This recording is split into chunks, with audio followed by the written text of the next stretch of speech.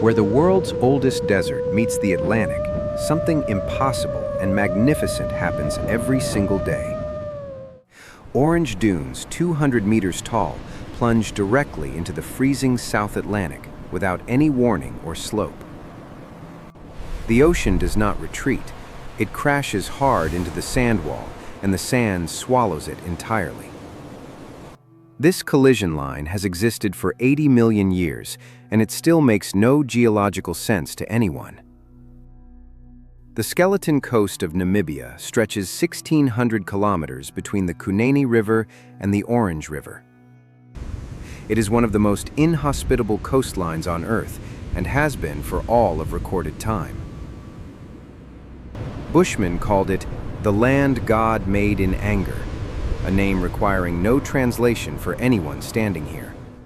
Portuguese sailors named it the Gates of Hell after watching their ships vanish into fog banks without returning.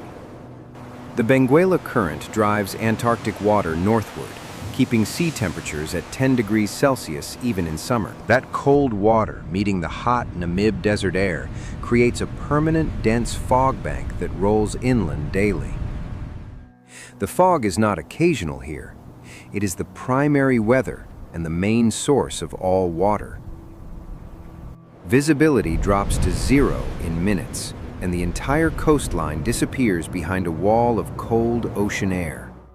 The roaring dunes of the Skeleton Coast produce a sound when the wind moves them that carries for kilometers. Sand grains avalanche down the dune faces in sheets, and their movement creates a deep, sustained moaning sound. Sailors heard that sound offshore and believed the coast itself was warning them to turn their vessels back. The Edward Bolen ran aground here in 1909, and the Namib has been consuming it slowly ever since.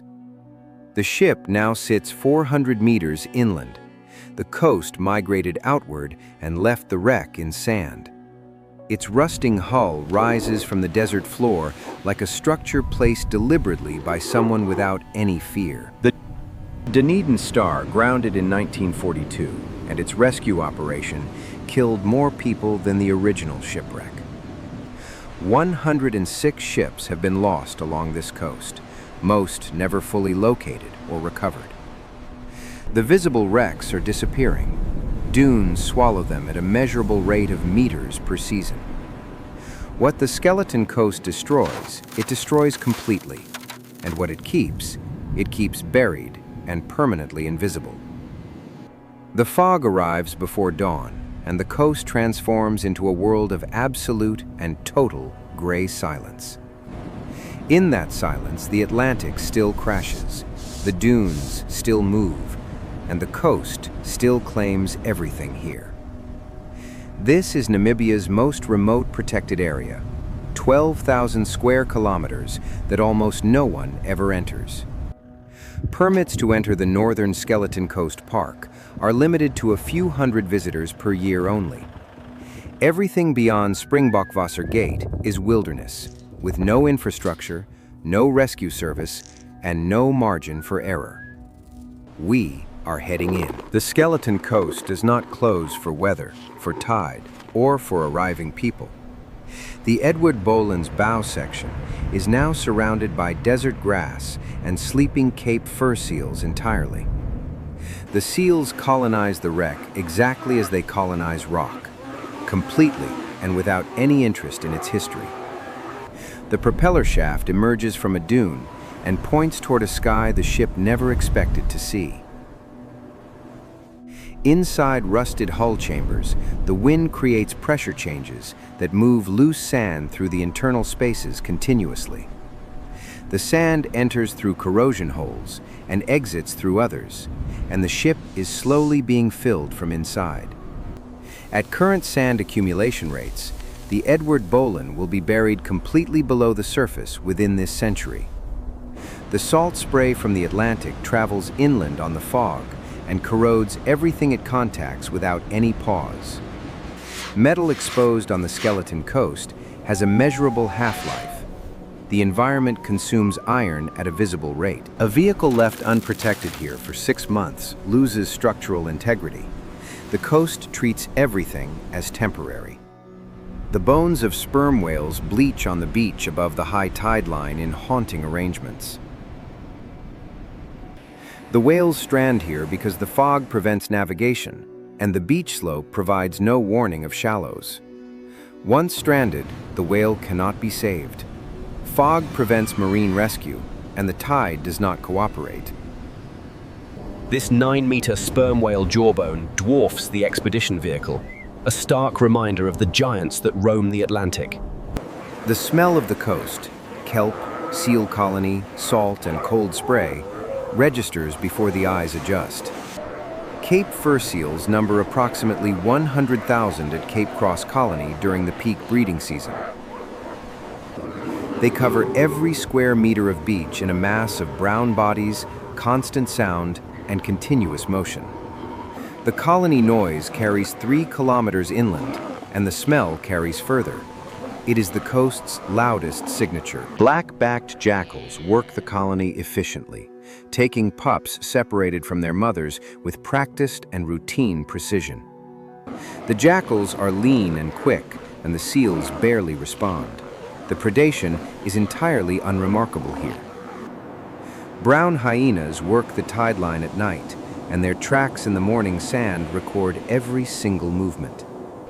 The hyena tracks cross whalebones, circle the colony edge, and head inland before the tide erases them. A cormorant colony on a rock stack produces guano that hardens and whitens the rock over long decades. The rock stacks are visible from kilometers away because the white guano makes them luminous even in fog. Kelp forests below the surface hold the cold water ecosystem that feeds everything living above the waterline. The kelp moves in constant surge. The forest floor is never still because the Benguela never stops moving. A dead seal pup is consumed completely within 48 hours by the jackal, raven, and beetle community. Nothing is wasted on the Skeleton Coast. The ecosystem converts available into continuation of itself. The Iron Graveyard is not a cemetery. It is what happens when human ambition meets this place. A desert lion walks the shoreline at dawn, paws leaving prints in the wet sand at the waterline. Desert-adapted lions of the Skeleton Coast are longer and leaner than their Serengeti relatives by measurable degree. They have learned to swim surf to reach seal colonies on offshore rocks. No other lions do this. A male was tracked walking 160 kilometers in 5 days, searching for prey along the coast. Their home ranges are 8 times larger than savanna lions because the Skeleton Coast produces prey at fraction. They hunt Cape fur seals by entering the colony at speed from the dune side while seals face ocean. The timing requires knowing the seal colony's patterns, knowledge accumulated across multiple desert lion generations of hunting. A desert elephant herd moves in single file between water sources separated by 80 kilometers of dry sand. These elephants have no permanent surface water in range. They locate water by memory and subsurface detection. They dig in dry riverbeds with feet and trunks, exposing groundwater that has not been at the surface.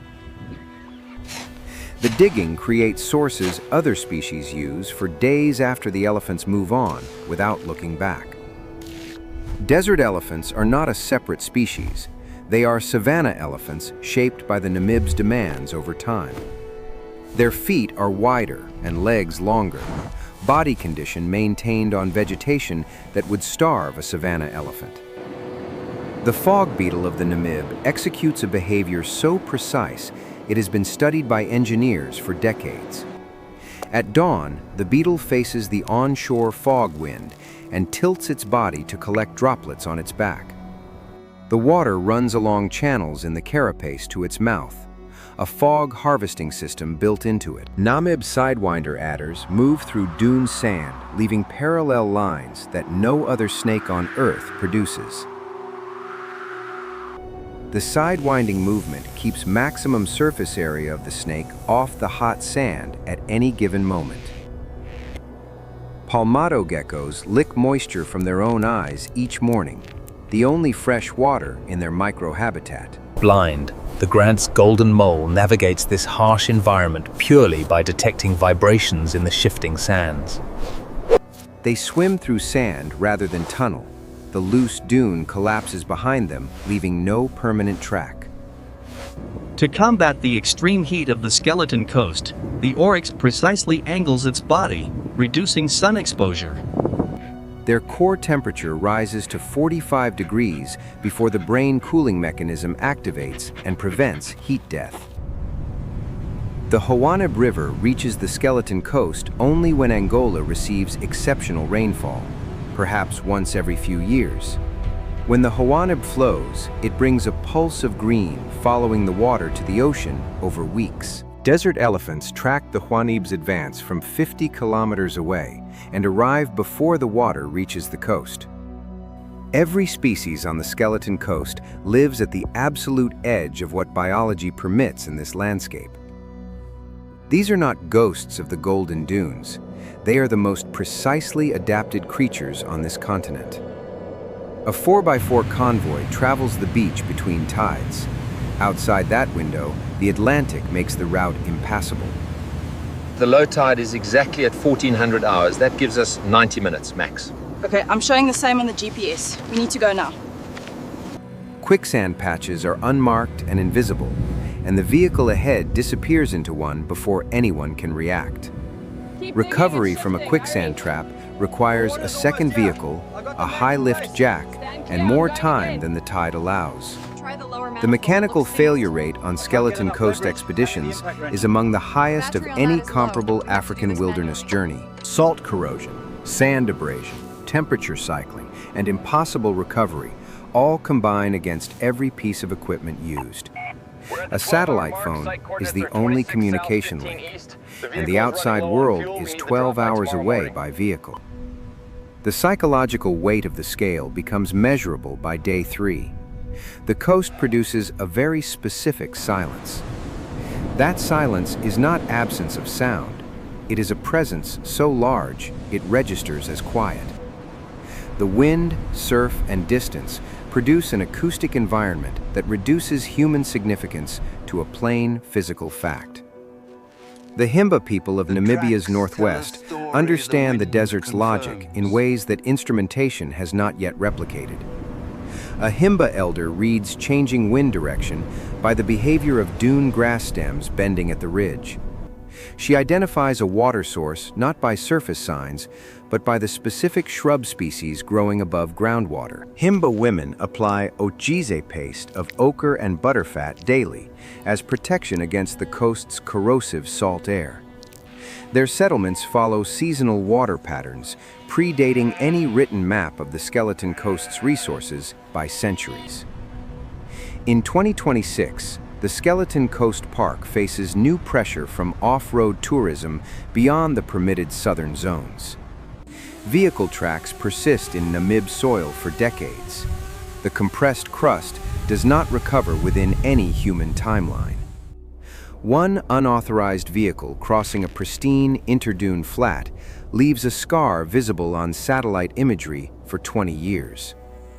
The Conservation Authority installed remote cameras at the 11 known desert lion territories across the protected area. Desert lion population counts in 2026 show approximately 150 individuals across the entire Kunene region. The population is stable, but not growing. The coast does not support expansion, and the lions know it. The Edward Bolen is now a protected heritage site, but the sand is under no obligation to respect it. By 2050, modeling suggests the ship will be completely buried, invisible and undetectable from the surface above. The whale bones on the beach will bleach to dust within a century and leave no visible trace. The Skeleton Coast, where the Namib Desert meets the full force of the Atlantic, a truly powerful natural system. A pristine wilderness, marred by a single intrusion. The human inability to leave alone. The dunes will continue migrating. The fog will keep arriving before dawn. The Atlantic will continue claiming ships. The Skeleton Coast outlasts every strategy we bring. It has been outlasting strategies for 80 million years.